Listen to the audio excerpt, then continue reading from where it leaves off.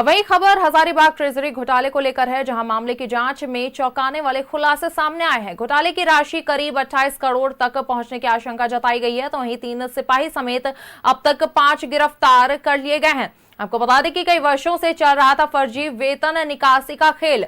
सभी संज्ञित 21 खातों की जांच की जा रही है। आपको इस वक्त बड़ी खबर बता रहे हैं हजारीबाग से जुड़ी ट्रेजरी घोटाले को लेकर। तो आपको बता दें कि 28 करोड़ तक राशि पहुंचने की आशंका जताई जा रही है। वहीं हम आपको इस वक्त चौंकाने वाला खुलासा बता रहे हैं इस मामले को लेकर, हजारीबाग ट्रेजरी मामले को लेकर, घोटाले मामले को लेकर इस वक्त चौंकाने वाला खुलासा हम आपको बता रहे हैं। जहां 28 करोड़ तक पहुंचने की राशि जो है 28 करोड़ तक पहुंचने की आशंका जताई जा रही है। तो आपको बता दें कि 3 सिपाही समेत अब तक 5 गिरफ्तार हो चुके हैं।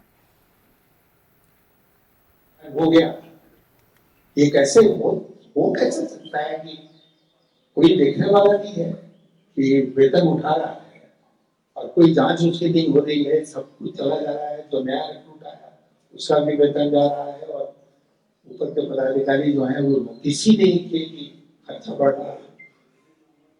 इसके मुझे लगता है कि मैं डिमांड करता हूँ कि पूरे झारखंड इसकी गहन जांच होनी चाहिए कि जहां जहां जिला पुलिस कार्यालय है वहां इस तरह का अगर घपला हुआ है, नहीं हुआ है, जांच हो और जितने दोषी हैं उनको सख्त से सख्त सजा दी जाए।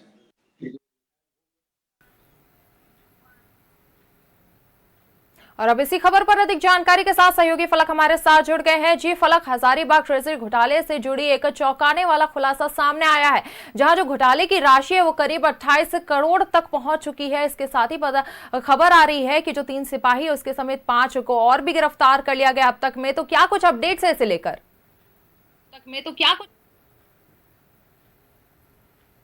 जिस तरीके से जांच का दायरा बढ़ते जा रहा है इस पूरे मामले में, और जो 15 करोड़ की अवैध निकासी का जो मामला था वो बढ़ते हुए जो जानकारी मिल रही है वो 28 करोड़ तक आंकड़ा पहुंच चुका है। ऐसे में आपको बताना चाहेंगे कि इस पूरे मामले में जो 3 सिपाही थे और 2 की पत्नी को कल ही जो है वो न्यायिक हिरासत में जेल भेज दिया गया है।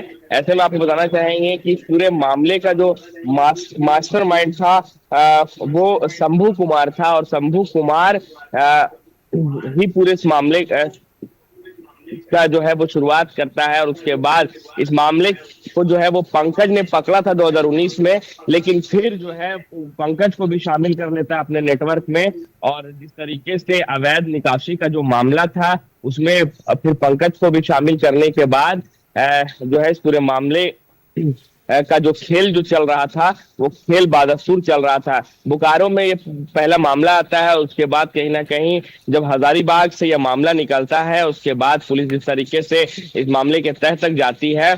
आपको बताना चाहेंगे कि जो शंभू इस मामले में जुड़ा हुआ है वो कहीं ना कहीं वो गया जी का रहने वाला है, और वहां पर भी जो है वो उसकी संपत्ति जो है अतः संपत्ति बताई जा रही है। वहां पर भी करोड़ों रुपए की जमीन उसने ले रखी है, और साथ ही हजारीबाग में भी उनकी जो है करोड़ों की जमीन है और एक आलीशान घर भी यहाँ पर उसने बना रखा है। ऐसे में कहा जा सकता है कि इस तरीके से हजारीबाग पुलिस इस पूरे मामले को की परत दर परत खोल रही है।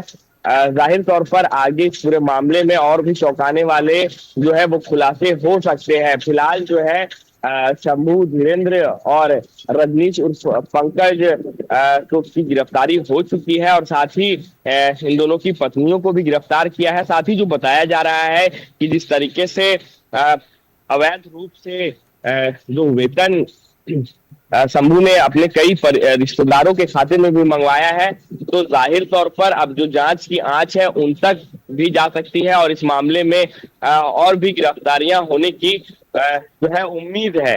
जी फलक, चलिए नजर बनाए रखेंगे इस खबर पर, और अब आगे देखना कि कार्रवाई में क्या कुछ तस्वीरें सामने आती है, क्या कुछ खुलासे होते हैं। फिलहाल हमारे साथ जुड़ने के लिए और ये जानकारी साझा करने के लिए बहुत बहुत शुक्रिया।